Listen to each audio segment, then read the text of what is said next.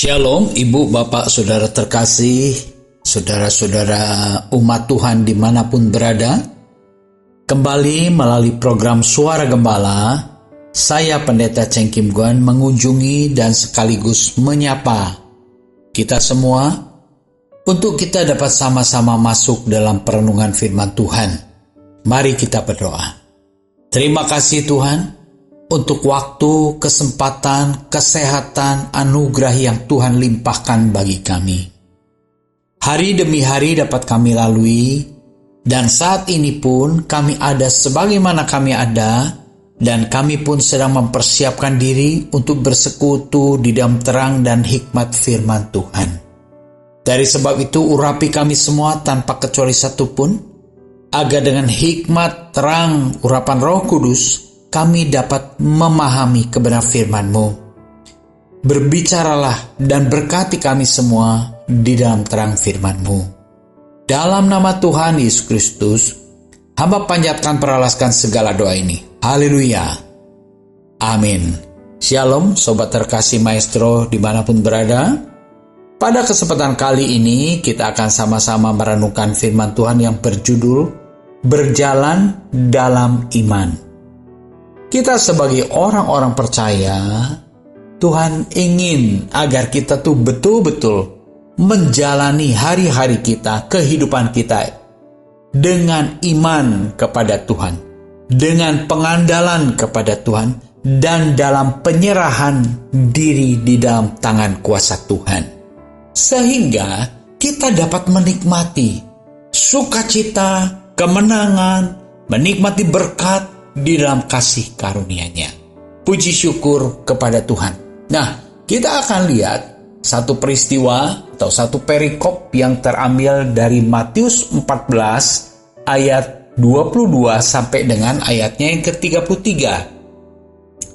Di sana judul perikopnya yaitu Yesus berjalan di atas air. Tetapi kita akan telah pembelajaran apa yang dapat kita terima dalam perikop tersebut, ya.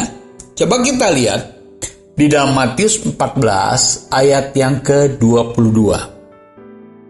Sesudah itu Yesus segera memerintahkan murid-muridnya naik ke perahu dan mendahuluinya ke seberang. Sementara itu ia menyuruh orang banyak pulang. Ayat 23, dan setelah orang banyak itu disuruhnya pulang, Yesus naik ke atas bukit untuk berdoa seorang diri. Ketika hari sudah malam, ia sendirian di situ. Ibu bapak saudara terkasih, murid-murid saat itu diperintahkan oleh Yesus untuk naik perahu lalu berlayar ke seberang danau. Peristiwa itu terjadi ketika Tuhan baru selesai mengenyangkan ribuan orang melalui pelipat gandaan 5 roti dan 2 ikan. Itu mujizat. Tuhan menyatakan mujizatnya di hadapan murid-murid dan orang-orang banyak itu, bahwa Tuhan berkuasa mencukupkan kebutuhan hidup. Kebutuhan perut Tuhan sanggup cukupkan. Nah, setelah selesai acara itu, Tuhan memerintahkan murid-muridnya mendahuluinya naik perahu ke seberang. Murid-muridnya lakukan, mentaati tanpa komplain sedikit pun, sekalipun mereka tahu bahwa Tuhan tidak ikut serta di dalam perahu. Karena ternyata Yesus naik ke atas bukit untuk berdoa seorang diri. Kita bisa melihat teladan yang Yesus lakukan. Sekalipun dia sudah melakukan perkara perbuatan mujizat yang menakjubkan yang luar biasa itu, dia tetap pribadi yang selalu mengadakan relasi keintiman dengan Bapa Surgawi. Dia tidak menjadi lupa daratan, dia tidak menjadi terlalu sibuk karena pelayanan, tetapi di tengah-tengah kesibukan pelayanannya pun Yesus tetap berdoa, memprioritaskan waktu pribadinya untuk bersekutu dengan Allah Bapa di surga. Ketika hari sudah malam, ia sendirian di situ, menyendiri, bersaat teduh berelasi dengan Allah. Itu yang dapat kita ketahui. Lalu kembali kita mengikuti perjalanan murid-muridnya. Di dalam ayat yang ke-24 dikatakan, perahu murid-muridnya sudah beberapa mil jauhnya dari pantai dan diombang-ambingkan gelombang karena angin sakal. Perjalanan muridnya menghadapi badai gelombang karena angin sakal. Kalau kita renungkan ulang, murid-murid itu berjalan berlayar atas perintah Tuhan. Mereka tidak komplain, mereka mentaati apa yang Tuhan katakan. Tetapi kenyataannya, mengapa mentaati perintahnya, tapi kok menghadapi badai, menghadapi angin sakal? Seringkali di dalam pemikiran kemanusiawian kita terjebak dan lalu kita mengomel sama Tuhan. Tuhan, aku kan sudah taat. Aku melakukan perjalanan ini atas petunjuk dan perintah-Mu. Tetapi mengapa sekarang dalam perjalanan ini aku menghadapi badai dan gelombang? Ada angin sakal. Ibu bapak saudara terkasih, pada bagian ini kita mau belajar bahwa orang yang berjalan di dalam iman, dalam ketaatan, tidak lantas secara otomatis bebas hambatan. Nah, ini harus kita pahami. Kalau kita memahami ini, kita tidak mudah komplain sama Tuhan. Tetapi kita tahu bahwa selama kita hidup dalam dunia ini, memang kita hidup di dalam dunia yang dikuasai oleh penguasa kegelapan di udara. Tetapi kita sebagai anak-anak Tuhan, di dalam pribadi kita ada meterai Roh Kudus.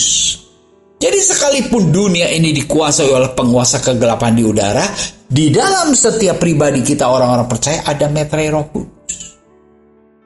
Jadi itu artinya kita tidak lepas dari badai gelombang kehidupan dunia ini. Tetapi ingat, kita punya satu meterai, keikatan dengan Yesus Kristus sebagai juru selamat kita. Ya, kita akan lihat lanjut di dalam Matius 14 ayat yang ke-25.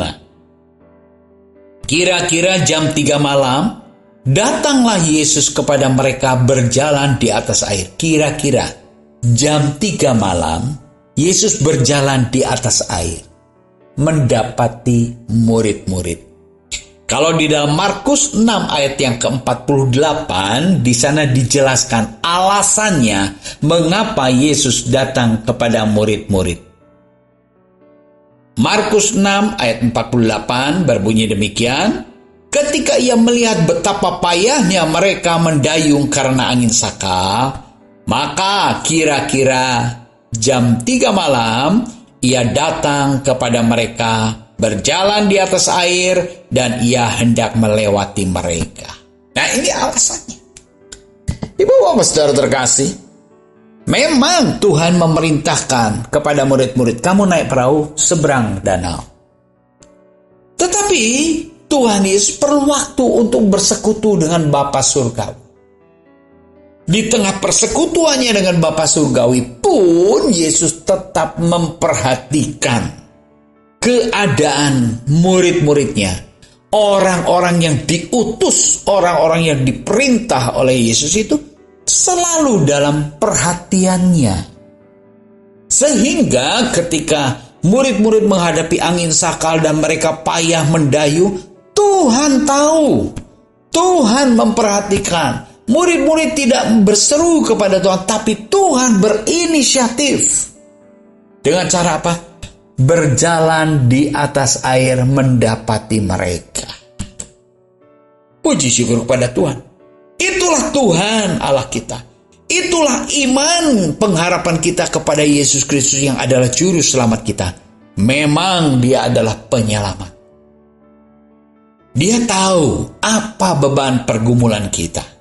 Mungkin kita sedang menghadapi badai pergumulan, masalah ekonomi, masalah pekerjaan, masalah rumah tangga, masalah sakit penyakit, dan berbagai masalah kehidupan yang pada umumnya sedang terjadi dan pada umumnya manusia alami di dalam dunia. Ingat, kita memiliki Yesus yang adalah juru selamat. Dia peduli, dia tahu sebagaimana Tuhan melihat betapa payahnya murid-murid mendayung perahu itu. Tuhan tidak tinggal diam. Tuhan datang berjalan di atas air. Lalu kita akan lihat apa yang terjadi. Kembali Matius 14 ayat yang ke-26. Ketika murid-muridnya melihat dia berjalan di atas air, mereka terkejut dan berseru, "Itu hantu!" Lalu berteriak-teriaklah karena takut. Ini respon daripada murid-murid. Ketika dia melihat Yesus berjalan di atas air, dia terkejut dan ketakutan. Kenapa terkejut dan ketakutan? Karena sebelumnya murid-murid tidak pernah tahu bahwa Yesus berjalan di atas air. Petrus itu ingat kok. Pertama kali Tuhan Yesus memanggil Petrus dan saudara-saudara lain untuk menjadi pengikutnya. Dia kan pakai perahu.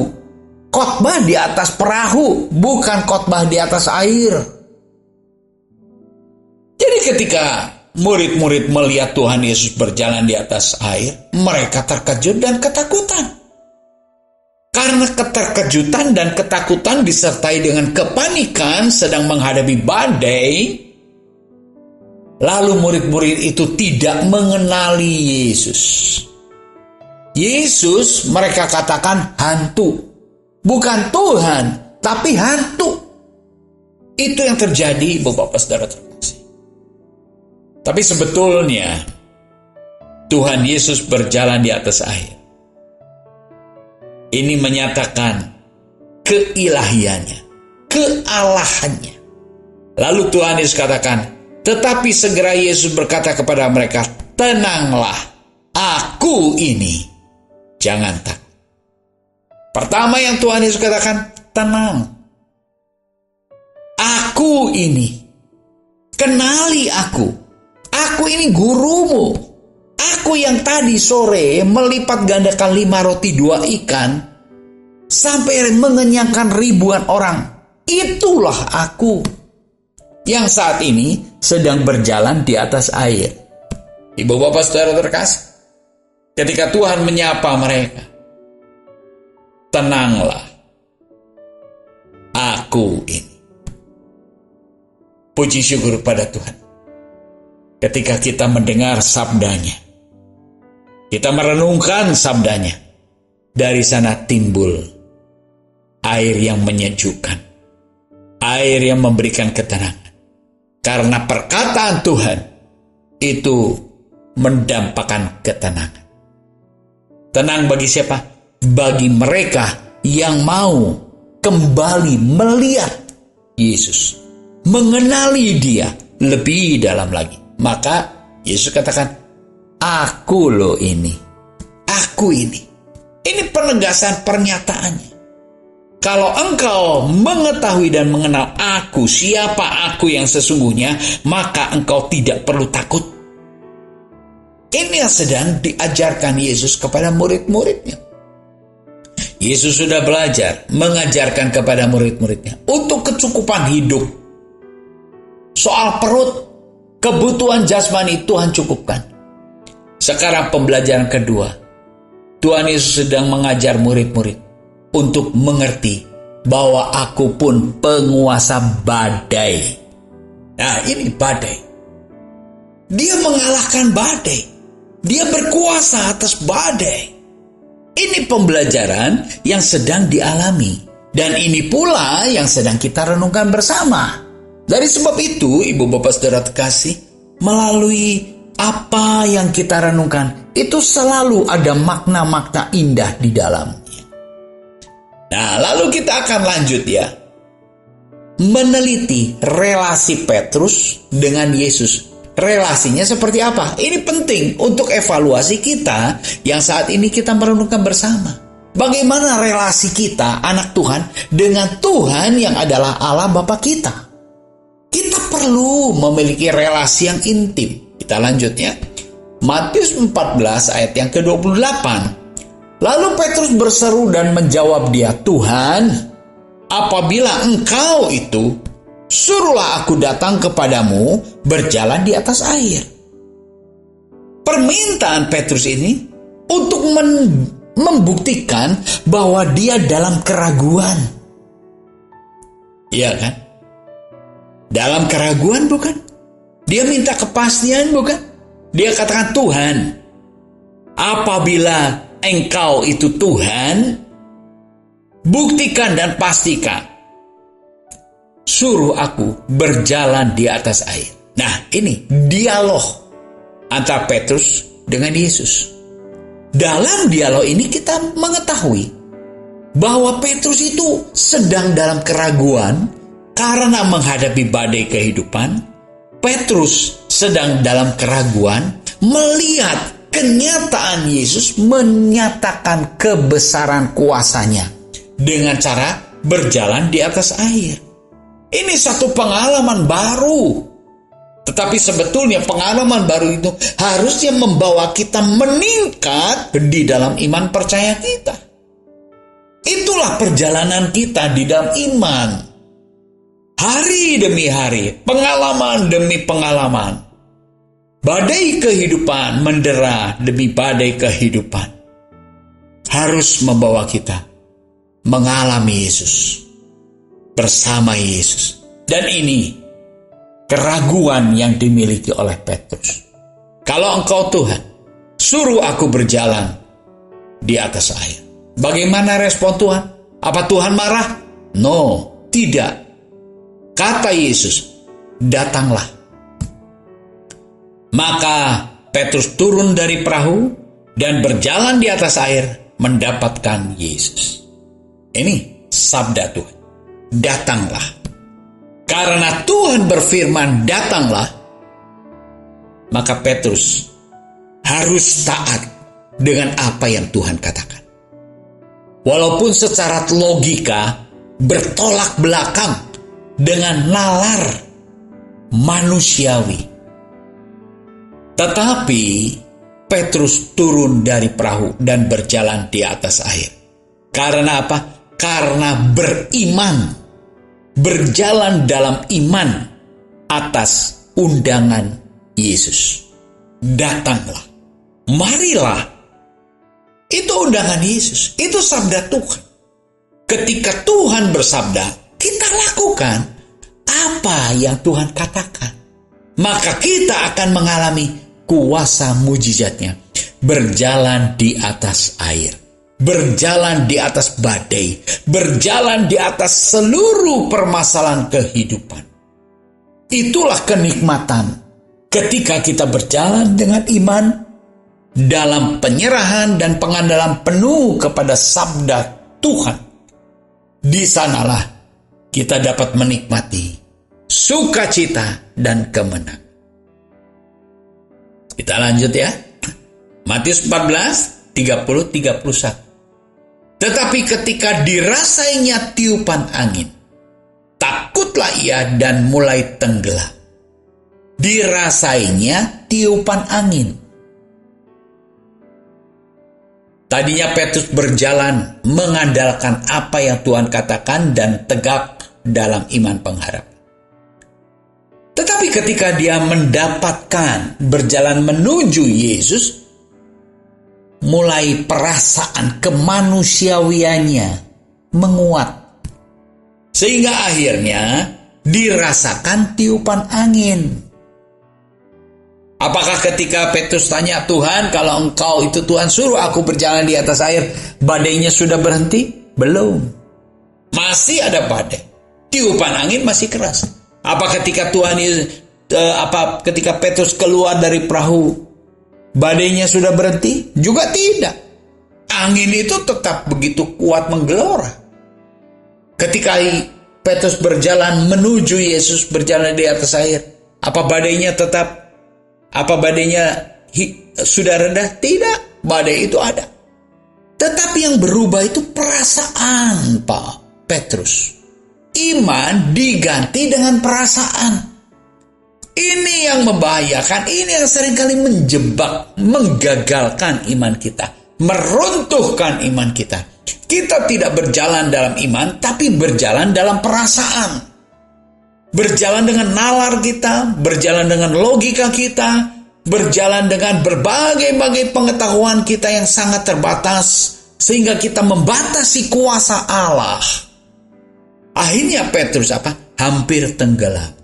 Apa yang Petrus lakukan ketika dia hampir tenggelam? Segera berteriaklah, Tuhan, tolonglah aku. Berserulah kepada Tuhan. Mungkin kita pun sedang menghadapi badai kehidupan dan kita sedang mengalami kegoncangan iman. Berserulah kepada Tuhan. Nyatakan suaramu. Nyatakan pengharapanmu. Nyatakan penyerahan hidupmu. Tuhan, tolonglah aku. Segera Yesus mengulurkan tangannya,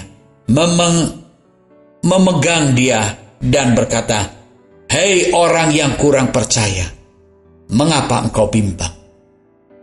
Hei orang yang kurang percaya, mengapa engkau bimbang? Ibu bapak saudara terkasih, relasi dengan Tuhan menentukan kepenuhan atau kualitas iman percaya kita kepada Tuhan. Makin kita intim dengan Tuhan, makin kita melekat kepada Tuhan, makin kita menikmati kemanunggalan dengan Tuhan. Iman percaya kita makin bertambah. Makin kita menjauh dari Tuhan, kita akan makin ragu dan penuh dengan kebimbangan. Inilah perenungan kita bersama dengan tema berjalan di dalam iman. Tuhan menegur, Hei orang yang kurang percaya, mengapa engkau bimbang? Mungkin kita belum dapat menyelesaikan permasalahan yang kita hadapi. Mungkin dalam kebimbangan. Apa yang harus kita lakukan? Mari kita meningkatkan pengenalan akan Yesus dan makin menyatukan diri dalam persekutuan dengan Dia. Matius 14:32. Lalu mereka naik ke perahu dan angin pun redalah. Undang Yesus. Masuk dalam perahu hidupmu. Masuk dalam perahu rumah tanggamu. Masuk dalam perahu pekerjaanmu. Masuk dalam perahu pelayananmu. Masuk di dalam seantero kehidupanmu. Maka badai kehidupan akan menjadi reda.